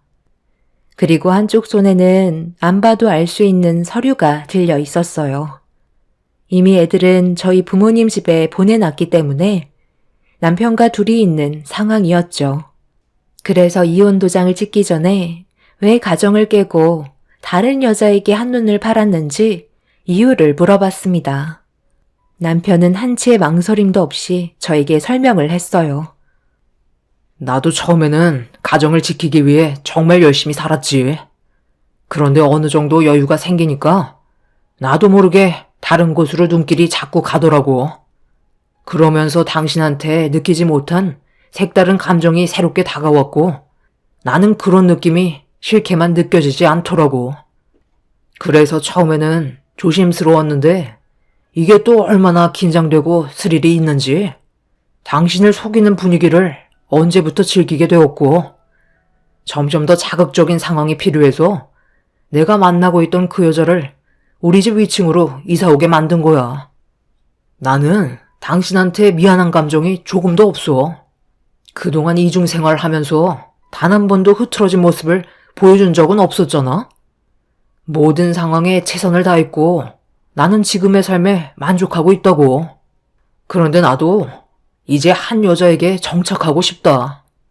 원하는 조건 맞춰줄 테니 위자료 그딴 거 걱정하지 말고 서류에 도장이나 찍어. 내가 이런 상황을 만든 게 아니라 당신이 이렇게 만든 거 알지? 알았어도 끝까지 모른 척 했으면 지금도 우리는 행복하게 결혼 생활을 유지할 수 있었다고. 당신이 혼인 파탄자인 거야. 알겠어? 더는 미련 없으니까 각자 갈 길 가자고. 남편의 말에 저도 더 이상의 미련이 없었어요. 사람 마음 갈 때 같다더니 다른 여자의 치마폭에 쌓여 헤어나오지 못하는 남편을 용서해주고 싶지 않았습니다. 결국 남편과 이혼을 하게 되었고 제가 할 수 있는 손해배상 청구는 전부 다 이루어졌지만 내연녀는 끝까지 몸을 숨기고 나타나지 않고 있었죠. 내연녀의 머리채를 잡고 난리를 치지 못한 게 한으로 남아있는 상태에서 정신적인 충격을 그대로 떠안은 채 살아가고 있는데 어느 날 시모가 저에게 전화 한 통을 하셨어요. 별로 통화하고 싶지 않았지만 할 말이 있으셔서 전화하셨으니 아무런 감정 없이 받았습니다. 그런데 전화가 연결이 되자마자 충격적인 사실 하나를 알려주셨고 저는 부모님과 함께 시모가 알려준 곳으로 차를 타고 급하게 달려갔습니다. 그리고 어느 한 건물에 도착을 했는데 시부모님께서 저희 가족을 기다리셨고 건물 안으로 들어가는 시부모님을 뒤따라갔는데 눈앞에 남편이 서 있었습니다. 저희가 갑자기 들이닥치자 당황했는지 저희 가족을 막아서려 했는데 시모가 당장 비키라며 신발로 남편의 정강이를 걷어찼어요. 그리고 어느 한 사무실의 문을 열자 그곳은 꽤 여러 사람들이 앉아 있었고 고개를 옆으로 돌리니 내연녀가 깔끔한 정장으로 면접을 보고 있었습니다. 시부모님은 앉아있는 내연녀에게 손가락질을 하면서 이 여자가 맞냐고 물어보시길래 고개를 끄덕이자 시모는 내연녀의 머리채를 잡으면서 면접장에서 난리를 치기 시작하셨어요. 여기가 어딘 줄 알고 온 거예요? 당장 나가세요. 이 사람 오늘 중요한 날인데 왜 여기까지 찾아오셔서 남의 인생을 망치는 거냐고요? 이 날을 위해 그동안 얼마나 고생했는지 알아요? 오늘이 최종 면접 날이라고요. 내 며느리가 이딴 여자 때문에 인생을 망쳤는데 최종 면접? 네 인생이 오늘 최종 종착지다. 평생을 뒤따라 다니면서 못 살게 굴 거야. 너 때문에 내가 손녀들 얼굴도 제대로 못 보고 왜 이렇게 살아야 하는데? 오늘이 최종 면접 날이 아니라 세상 떠나는 날이다. 남편 관리 못한 건 저기 못난 아줌마 탓이지. 왜 저한테 뭐라고 하세요? 이 손 좀 놓고 얘기하세요. 오늘을 위해서 정말 많은 것들을 준비했었다고요. 오빠, 이분들 좀 어떻게 좀 해봐. 나 이러다 정말 큰일 나겠어. 빨리 좀 도와달라고. 너는 오늘 이 시간을 위해서 준비했다고 했지? 나는 지금까지 내 가정을 지키기 위해서 쉼없이 달려왔어. 그런데 네가 내 인생을 전부 다 망쳐놓고 너는 잘 먹고 잘 살겠다고 면접을 보러 와? 오늘 너는 뼈도 못 추릴 줄 알아. 저희 가족 전체가 내연녀의 머리채를 잡고 면접장에서 난리를 치게 되었네요. 순식간에 아수라장이 되어버린 상태에서 모든 걸 망쳐버린 내연녀는 백목처럼 굳어버렸고, 내연녀는 그렇게 상간녀 소송과 정신적인 손해배상으로 위자료를 물어줘야만 했습니다. 시모가 남편의 뒤를 캐고 있었고 내연녀가 면접을 보고 있다는 사실을 아시곤 저에게 알려주셨는데 정말 너무 감사했었어요.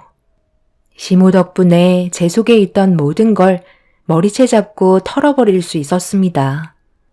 시부모님은 모든 걸 걸어서라도 끝까지 쫓아간다는 말에 법적으로 모든 상황이 끝나고 내연녀는 남편을 버리고 잠적해버린 상태입니다. 남편은 내연녀를 찾겠다며 시부모님과 연락을 끊어버린 상황이네요.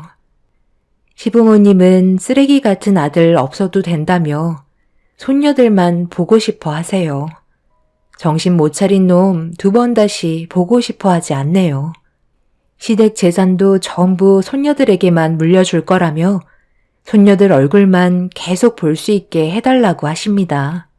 이렇게 남편과의 인연을 마무리 지었지만 이 모든 광경을 본 제 딸들에게 미안해서 너무 마음이 아프네요. 시간이 지나면 저희 가족이 전부 다 잊고 웃으면서 살아갈 수 있는 날이 오겠죠. 제 사연 들어주신 분들 감사합니다. 안녕하세요. 저는 나이 50대 후반의 여자입니다. 저도 이제 60을 바라볼 나이가 며칠 남지 않았네요.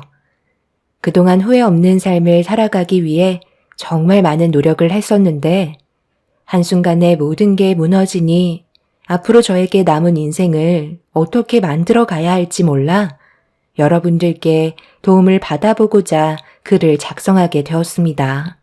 남편과 결혼한 세월이 20년이나 흘렀고 저에게는 마음으로 낳은 자식이 하나 있습니다. 남편은 재혼이지만 저는 초혼이었죠. 그리고 그때 당시 10살 된 아이의 엄마로 살아가기 위해 많은 노력을 해왔었어요. 그때 당시 제 딸은 어느 정도 현실을 인정했지만 오랜 시간 걸리지 않고 엄마라는 말을 들을 수 있었습니다. 비록 배 아파 낳은 아이는 아니었지만 엄마의 역할을 담당하게 된 저는 불면 날아갈세라 해줄 수 있는 건 뭐든 다 해주면서 키웠었어요. 아무래도 친엄마가 아닌 새엄마이기 때문에 아이에게 눈치를 보게 되는 상황들도 덜어 있었고 여러 가지 부딪힐 수밖에 없는 경우도 있었지만 어른인 제가 언제나 배려하며 참고 넘어갔습니다. 그렇게 한 가족의 구성원이 되기 위해서 노력하며 살다 보니 어느새 20년이 흘러버리게 된 거였죠. 그런데 제 딸이 어렸을 때는 새엄마라는 걸 예민하게 받아들이지 않았었는데 고등학생이 되면서 저와의 거리를 두기 시작했어요.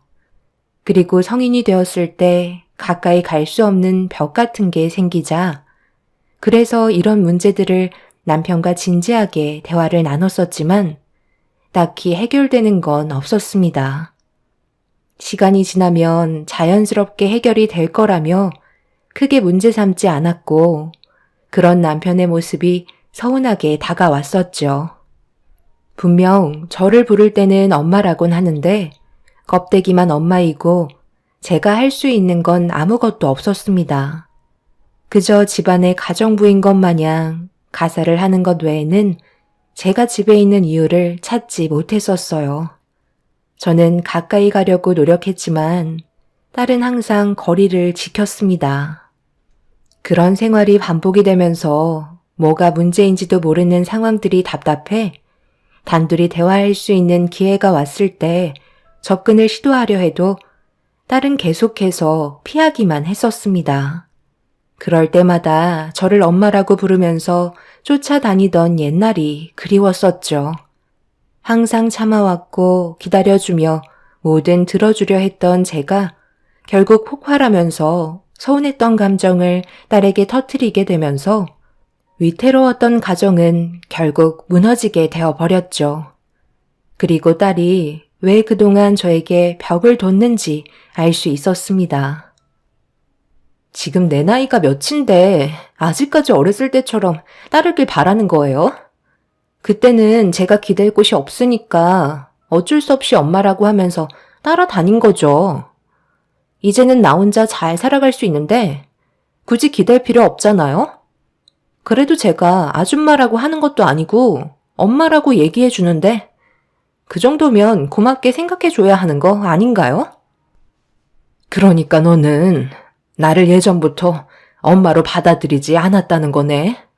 나만 착각하고 있었던 거지?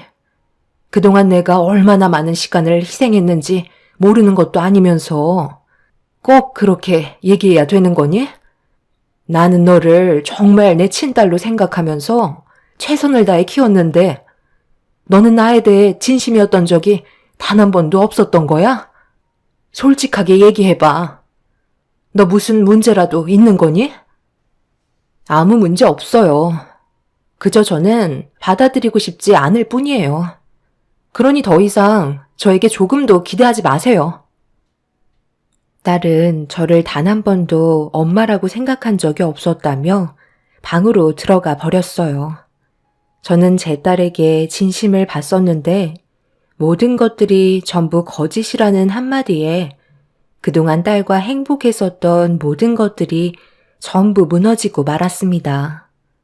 딸은 집에 있는 게 싫었는지 옷을 갈아입고 밖으로 나가버렸고 홀로 남겨진 집에서 남편과 결혼을 하고 딸과 함께 하면서 행복했었던 순간들을 담은 사진첩을 바라보며 하염없이 눈물을 쏟아내고 말았습니다. 문제는 앞으로 함께 살아가야 할 날들이 많은데 계속해서 이런 관계를 유지하는 건 모두에게 불행이라 남편과 이 문제에 대해 확실하게 대화를 해야 할 것 같았어요. 그게 그렇게 중요한가? 나는 당연히 그럴 수 있다고 생각하는데 당신은 그동안 최선을 다해서 키웠다고 하지만 그래도 친딸이 아닌 건 변함이 없는 거잖아. 그러니 어쩔 수 있겠어? 그냥 이대로 살아갈 수밖에 없는 거지. 무슨 말을 그렇게 해? 교수라는 사람이 머릿속에서 나오는 생각이 그것 말고는 없는 거야?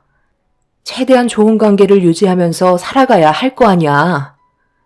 우리가 지금 함께 살아온 세월이 20년이야. 그럼 서로 모르는 게 없을 만큼 가까운 사이인데 풀 수 있는 건 최대한 좋게 해결해서 좋은 관계를 유지하는 게 맞는 거 아니야? 그런데 당신이 하는 말은 너무 무책임하잖아. 내가 교수라고 해서 모든 걸 다 해결해 줘야 하는 건 어디서 나온 말이야? 이 문제는 내가 아닌 당신과 지영이가 해결해야 되는 거라고. 나는 도와줄 수 있는 게 아무것도 없다니까. 그래, 당신 말 잘했다. 20년 함께 살아왔으면서 아직까지 지영이 성격을 몰라? 벌써 30살이 되어버렸는데 이런 문제를 아직까지 가지고 있다는 건 당신한테 문제가 있는 거야. 지금까지 나는 엄마 역할을 하기 위해 뭐든 다 해줬고 간이며 쓸개며 다 빼줬다고 생각해. 화 한 번 안 내고 정말 애지중지 키우면서 엄마로 인정받기 위해 열심히 살아왔었다고. 모든 걸 희생했는데 도대체 뭐가 문제라는 건데? 방금 얘기했잖아. 그래봤자 어차피 당신이 배 아파 낳은 자식이 아니기 때문에 친엄마로 인정받을 수 없는 거라고. 그때 나랑 결혼했을 때 지영이가 신생아도 아니고 10살이나 됐었다고. 벌써 알 거 다 아는 나이였는데 당신을 엄마라고 받아들이고 산다는 게 이상한 거지. 쓸데없이 예민하게 굴지 말고 그냥 물 흘러가는 듯 살면 되는 거야. 나중에 마음을 열겠지. 집안의 가장이란 사람이 어떻게 이런 무책임한 말을 할 수가 있어? 내가 힘들어서 지금 도움을 요청하는 거잖아. 도와줄 수 있는 게 나는 아무것도 없으니까 당신이 알아서 해. 지영이 성격 뻔히 알면서 나보고 어쩌라는 거야? 남편은 좋은 관계를 유지하고 싶은 저를 이해해주지 않았어요.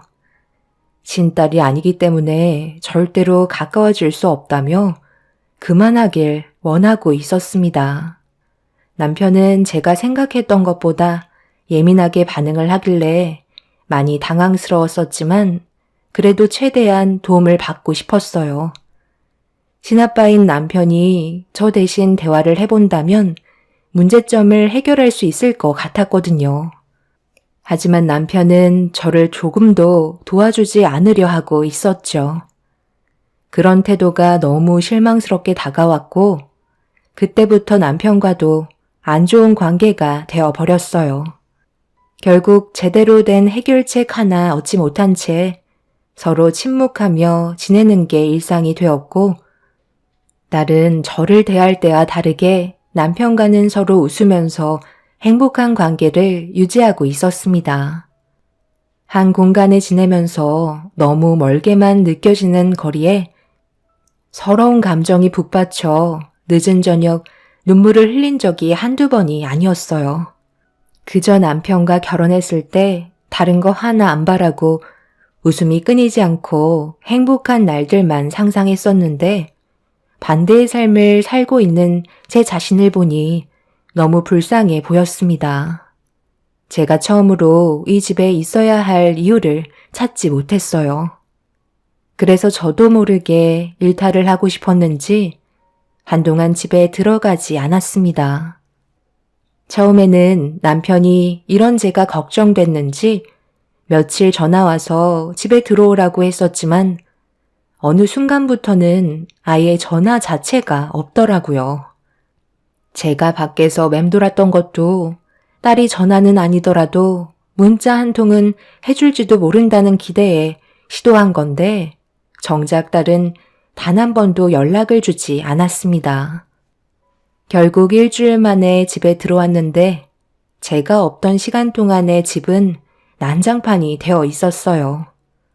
저 하나 없다고 관리가 안 되는 집을 보니 한숨밖에 안 나왔고 밀려있는 집안일들을 하면서 저녁을 준비하고 있는데 남편과 딸이 현관문을 열며 집으로 들어왔습니다.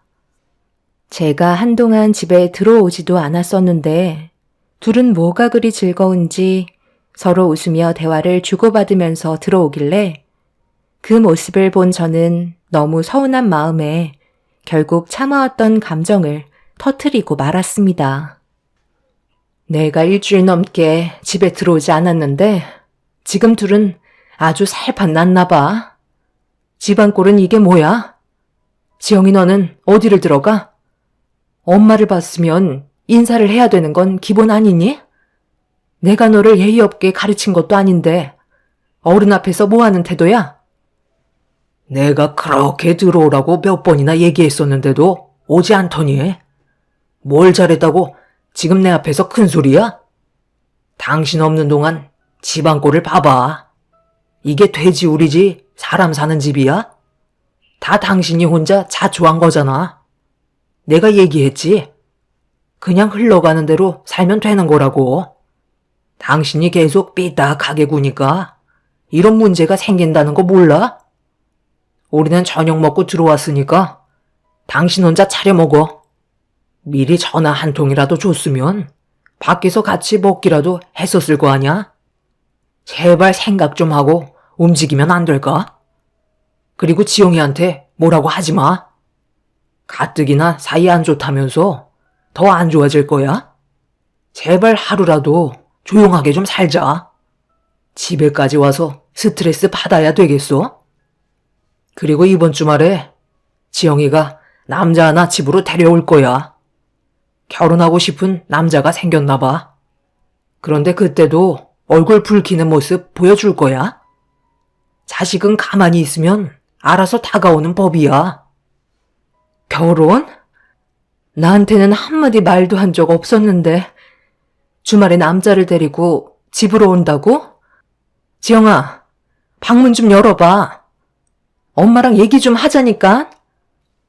방으로 들어가 버린 딸과 대화를 하려고 시도했지만 문을 열어주지 않았어요. 방 안에서 저에게 주말에 결혼할 남자를 데려오겠다며 알아서 음식 준비해달라고 얘기한 뒤 잘 거라며 더 이상 저와의 대화를 이어나가지 않으려 했죠. 도대체 저는 이 집안의 어떤 존재인지 알 수가 없었어요. 분명 엄마의 역할을 하고 있긴 한데 남편과 딸이 저를 대하는 건 그냥 가정부로밖에 안 보였네요. 저와는 한마디 상의도 없이 무작정 통보만 하는 딸의 태도는 분명 잘못된 거였기 때문에 문제를 확실하게 짚고 넘어가는 게 좋을 것 같아 방문 열쇠를 찾아서 문을 열었습니다. 그러자 딸은 저에게 온갖 인상을 쓰며 짜증 섞인 말투로 뭐 하는 거냐고 소리를 질렀어요. 저도 더 이상 참고만 살 수는 없을 것 같아 참아왔던 분노를 터뜨렸습니다. 너는 나를 지금 뭘로 생각하고 있는 거니? 그저 집안에 가정부로 보고 있는 거야? 이런 식으로 나와서 좋을 게 뭐가 있는데? 내가 싫다는데 뭐 문제 있어요? 제 친엄마도 아닌데 굳이 이럴 필요 없다니까요. 한 공간에서 살고 있는 것 자체가 저는 너무 끔찍해요. 저를 낳아주신 것도 아니면서 엄마 역할 하려는 모습이 너무 소름이 돋는다고요. 제가 그래도 엄마라고 말해주는 건 이용 가치가 있으니까 선을 지키고 있는 거예요. 그러니 여기에서 더 넘어올 생각 하지 마세요. 어차피 엄마랑 나는 가까워질 수 있는 사이가 아니라니까요. 충분히 알고 계셨을 텐데 언제까지 제가 다가가길 바라는 거예요? 이번 주 주말에 결혼하고 싶은 사람 데려올 거니까 엄마는 그냥 음식만 준비해주고 자리 채워주면 되는 거예요. 쓸데없이 말 붙이려 하지 말고 조용히 앉아 계세요. 엄마는 말 그대로 엄마 역할만 해주면 되는 거라고요. 아시겠어요? 더 할 말 없으시죠? 그럼 이제 그만 나가주세요. 딸의 말에 너무 큰 충격을 받기도 했지만 더 이상 저를 엄마라고 생각해주지 않는 것 같아 결국 그 자리에 주저앉아 오열을 하고 말았습니다. 딸은 가슴 아파하는 제가 꼴보기 싫은지 침대에 누워 이불을 덮더니 당장 나가라고 소리를 질렀어요. 확실하게 딸의 마음을 알게 된 저도 더 이상 가까워지려고 노력할 필요가 없을 것 같아 그날 이후 아무것도 하지 않았습니다. 친엄마가 아니기 때문에 깊게 관여하고 싶은 마음도 없었어요. 그래도 결혼하겠다는 남자를 데려온다고 했을 때 일단 손님이 오는 거니 제가 해야 될 일은 해주기로 했었죠. 그렇게 과하지 않을 정도로 적당히 음식을 준비했고 딸은 결혼할 남자를 데리고 집으로 들어왔네요. 그렇게 모두가 한자리에 모여 식사를 하면서 남편이 대화를 주도하고 있었지만 저는 이미 마음의 상처를 많이 받은 터라 따로 질문을 하지 않고 묵묵히 자리만 채워주고 있었습니다. 그런데 갑자기 딸이 저에게 말을 걸었는데 그 한마디가 제 마음을 찢어버렸고 온몸이 부들부들 떨릴 정도로 화가 치밀어 오르고 말았죠. 아줌마, 앞에 음식 비어져 있는데 빨리 좀 채워주면 좋겠어요. 이런 건 말 안 해도 알아서 해줘야 하는 거 아닌가요? 너 지금 뭐라고 그랬니? 아줌마? 지금 나한테 아줌마라고 얘기한 거야? 지영아, 도대체 이렇게까지 하는 이유가 뭐야? 아줌마 맞잖아요. 아니에요? 저를 여태껏까지 키워주신 건 맞지만 그렇다고 이 자리에서 엄마라고 할 수는 없는 거잖아요? 안 그래요, 새아줌마? 뭘 그렇게 놀라신 듯 쳐다보세요. 틀린 말은 아니잖아요. 선우 씨, 내가 얘기했었지? 우리 아빠 좋다고 쫓아다니셔서 결국 결혼하셨다고. 내가 그래서 어렸을 때 얼마나 화가 많이 났었는데. 힘이 없으니까 어쩔 수 없이 엄마라고 부르며 살았었는데 그게 그렇게 좋았는지 지금까지 옛 추억에 빠져 사신다니까. 아줌마, 제 말 안 들려요? 음식 채워달라니까요. 딸의 말에 엄청난 충격을 받은 저는 끓어오르는 분노를 참지 못했었어요. 딸이 결혼하겠다고 데려온 남자 앞에서 최대한 좋은 모습 보여주려 했지만 이미 딸과 저는 더 이상 남보다 못한 사이가 되어버렸습니다. 이성을 잃어버리기 전에 자리에서 일어나 비어져 있던 접시에 음식을 덜어준 뒤 저 혼자 방으로 들어와 피눈물을 흘리고 말았네요. 그 자리에 계속 버티고 있었다면 저도 모르게 딸의 뺨에 손이 올라갔을 테고 더 큰 일이 벌어졌겠지만 저는 그런 상황을 원하지 않았기 때문에 서둘러 자리를 피하는 것 뿐이었어요. 그렇게 방에서 그동안 살아온 세월의 시간을 후회하면서 화를 억누르고 있는데 주방에서는 서로 웃고 떠드는 목소리가 방에까지 새어 들어왔네요. 내 친딸이라고 생각하며 키워오면서 크게 바라는 것 없이 20년의 세월을 버티며 살아왔는데 저에게 남은 건 아무것도 없었습니다. 그저 그동안 무료 봉사한 것 같은 느낌이었어요. 한참 동안 웃고 떠들며 시간을 보낸 딸과 남편은 그 남자에게 서둘러 결혼하길 원했고 저 빼고 좋은 시간을 보냈는지 배웅까지 해주는 소리가 제 귀에 들려왔어요. 그렇게 예비 사위가 집 밖을 나가자마자 남편이 방으로 들어왔습니다. 지영이가 나한테 하는 말 들었으면서 어떻게 아무 말도 하지 않는 거야? 내가 얼마나 큰 상처를 받았는지 알 거 아냐? 그래서 내가 뭘 어떻게 해주길 바랐는데 그 자리에서 내 딸의 얼굴에 손이라도 올려 붙여야 됐다는 거야? 내 딸이 아무리 상처되는 말을 했어도 그냥 좋게 웃어 넘기면 되는 거지. 내가 당신이었으면 그게 신경 쓰지 않고 오히려 더 잘해주는 모습 보여줬을걸? 어찌됐든 새 아줌마 말이 틀린 건 아니잖아. 내 딸한테는 그게 맞는 거라고. 새 아줌마나 새 엄마나 똑같은 말인데 뭘 그리 예민하게 받아들여? 일단 당신이 우리 집안의 엄마라고 한 거나 마찬가지 아니야? 당신은 끝까지 내 편을 들어주지 않겠다는 거지? 나랑 더 이상 살고 싶지 않아서 그러는 거야? 이혼하길 바라는 거냐고? 지금 이 나이에 이혼해서 뭐해? 앞으로 살면서 이런 일은 아무것도 아니야. 더 큰 일도 수도 없이 많을 거라고. 원래 가족이 다 그런 거 아니겠어? 상처되는 말 주고받기도 했다가 나중엔 다시 용서하고 사는 게 가족이지. 이런 걸로 너무 예민하게 받아들이지 마. 요즘 뭐만 하면 얼굴 붉히고 화를 내니까 내가 다 숨이 막힌다고. 오늘 일은 그냥 조용히 넘어가자. 남편은 저를 조금도 이해해 주려 하지 않았어요. 분명 딸이 잘못했는데 오히려 저를 더 안 좋은 시선으로 바라보고 있는 남편의 행동이 저를 더 화가 나게 만들어 더 이상 이 집에 살아갈 필요가 없을 것 같다고 느꼈습니다. 그래서 짐을 챙겼고 남편에게 이혼하는 게 좋을 것 같다고 얘기했어요.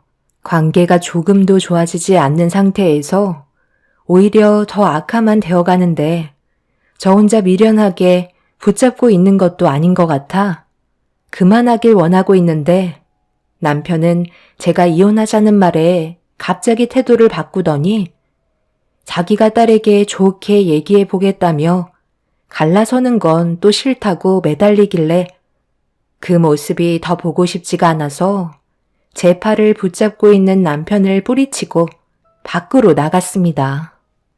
저도 그동안 살면서 모든 걸 다 쏟아부었기 때문에 당연히 잃을 것도 많았지만 그렇다고 마음의 병을 계속 안고 살아가는 건 저를 위하는 길이 아니었기 때문에 별거 하는 동안 정말 많은 생각을 한 뒤에 남편에게 결국 이혼 서류를 건네며 더 이상 인연을 만들지 않기로 결정하게 되었습니다. 남편은 제가 너무 극단적으로 나온다며 이혼 서류를 받지 않으려 하길래 집안에서 실랑이가 벌어지게 되었고 안 좋은 대화를 주고받고 있는데 소파 쿠션 밑에 무언가 반짝이는 종이 하나가 보이길래 제가 보면 안 될 걸 숨겨놓은 것 같은 느낌이 들어서 남편을 밀친 뒤 쿠션 밑에 있는 종이를 꺼내든 순간 남편의 얼굴에 손을 올려붙이고 말았습니다. 너무나도 큰 배신감은 제 눈에 눈물이 쏟아지게 만들었어요. 청첩장에 적혀있는 이 이름 뭐야? 왜 당신 이름만 들어가 있고 내 이름은 빠져 있는 건데? 지금 나랑 뭐 하자는 거냐고? 어떻게 내 이름이 들어가지 않고 당신 전처가 청첩장에 이름을 박아놨냐고? 언제부터야?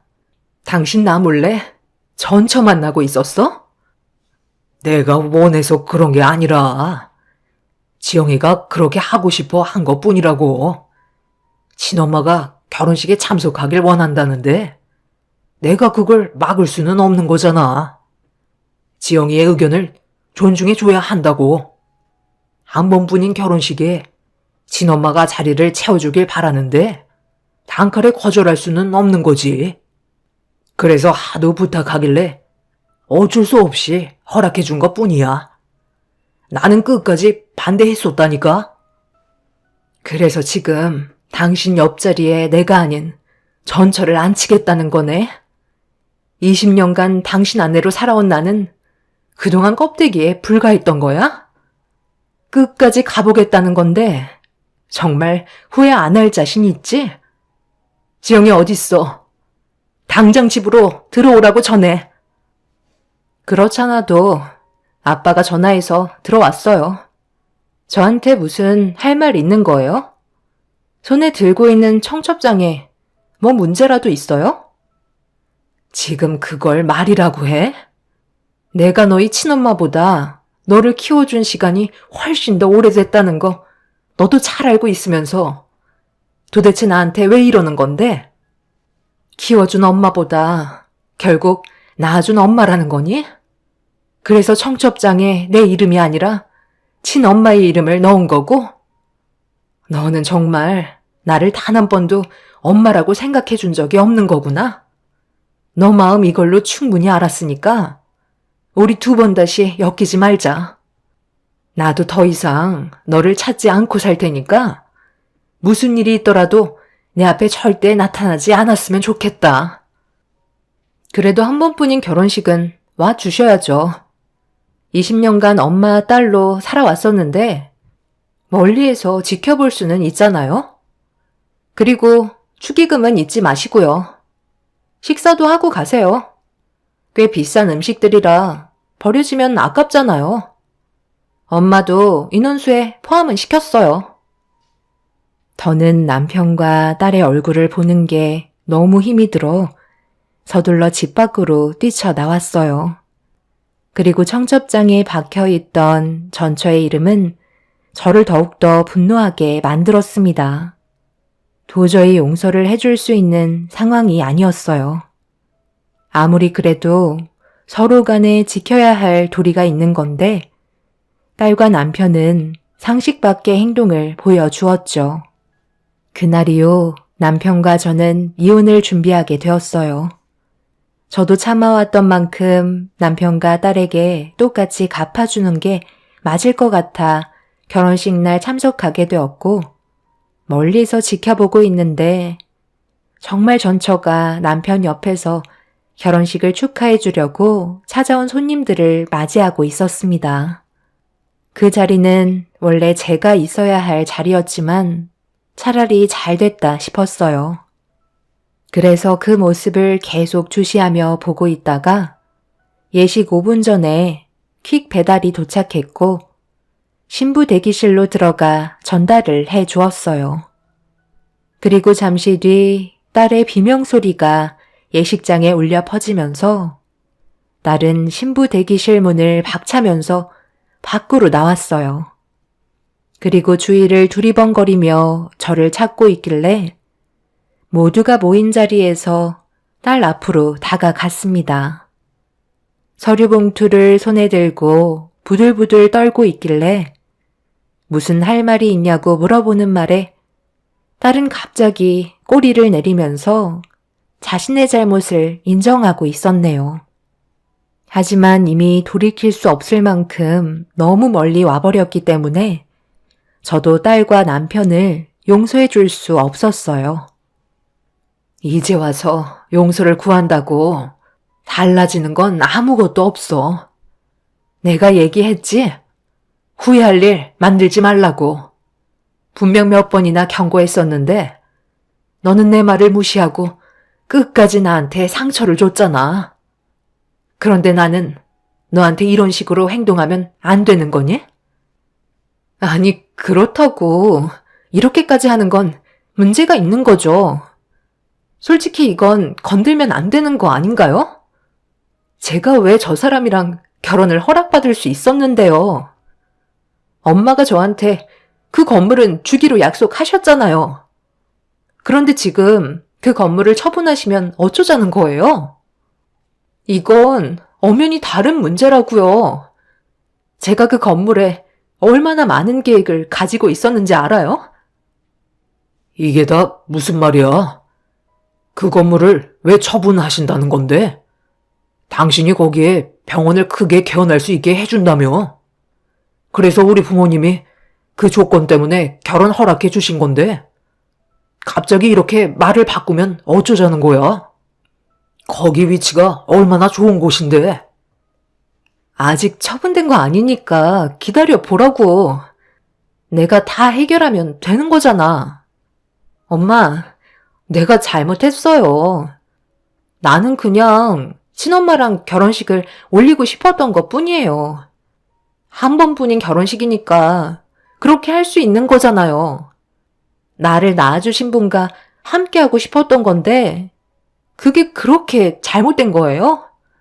그리고 그동안 제가 버릇없이 행동한 건 전부 다 저희 친엄마가 시켜서 그런 거라고요.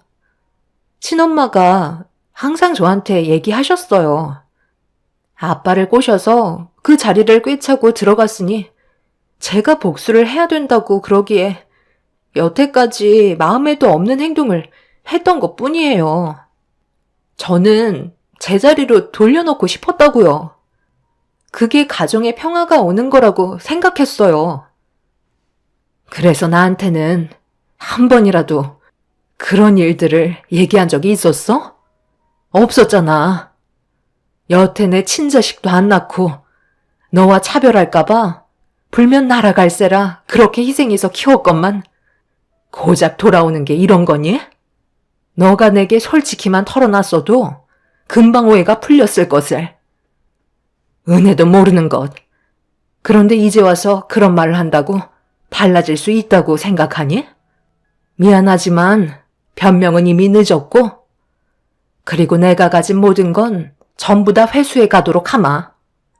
내가 뭐가 부족해서 능력도 없는 교수직 너희 아빠 꼬시려 했겠니? 너희 아빠가 나를 밤낮 가리지 않고 쫓아다녀서 받아준 거다. 그런데 시간이 흐르면서 나에 대한 소중함을 모르는 너나 너희 아빠 행동을 더 이상 지켜볼 수가 없어서 전부 다 회수해 간다는 건데 그게 뭐 잘못됐다는 거니? 네가 그토록 원하는 친엄마랑 너희 아빠랑 오순도순 지지고 볶고 행복하게 잘 살아가렴. 딸은 저에게 애원하며 주기로 했던 건물은 줘야 한다고 애원하고 있었어요. 하지만 저는 더 이상 딸의 말을 들어주지 않았습니다. 그렇게 되자 신랑 측에선 결혼에 대해 다시 생각해 봐야겠다며 파투를 냈고, 이런 문제가 전부 다 친모가 뒤에서 이간질시켜 문제가 커진 거라고 딸이 화를 내자 남편이 제 손을 잡으며 중요한 상가와 건물이 제 명의로 되어 있었다는 걸 그동안 깜빡 잊고 살았다면서 용서를 구하며 제가 결혼식에 자리를 빛내달라고 옆에 있던 친모를 남편은 강하게 밀쳤습니다. 그렇게 되자 친모는 남편의 행동에 화가 났는지 머리채를 잡으면서 난리를 치기 시작했어요. 한순간에 결혼식장은 아수라장이 되어버렸죠. 남편이 전처와 이혼을 하게 된 건 전처의 바람 때문이었는데, 그 자리에 전처와 살림을 차린 남자도 결혼식에 참석을 했었는지 남편과 전처가 서로 뒤엉켜 있자 전처의 남자가 남편의 얼굴에 주먹을 날리면서 결혼식은 돌이킬 수 없게 되었네요. 제가 원하는 그림은 아니었지만 제가 20년 동안 힘들게 이끌어왔던 가정이 한순간에 무너지게 되는 순간이었습니다. 그날 이후 마음으로 낳았던 제 딸은 의사가 된 남자와 함께 살고 싶다며 건물을 달라고 시도 때도 없이 찾아와 애원하고 있습니다. 정말 한심하죠. 친모의 말만 듣고 움직인 것도 한심하지만 저와 마음을 터놓고 제대로 된 대화를 주고받았다면 이런 일도 없었겠죠. 본인들이 선택한 삶 어쩌겠어요. 후회하면서 앞으로 살아가길 바랄 뿐입니다. 그동안 가정을 위해 모든 걸 희생하면서 살았다면 이제는 제 삶을 위해 남은 인생 살아가야겠습니다. 세상 떠나신 부모님께서 뒤늦게 남겨주신 재산으로 저를 좀 더 가꿔야겠네요. 제 사연 들어주신 분들도 가족을 위해 열심히 살고 계실 텐데 항상 행복이 가득하시길 바라겠습니다. 감사합니다.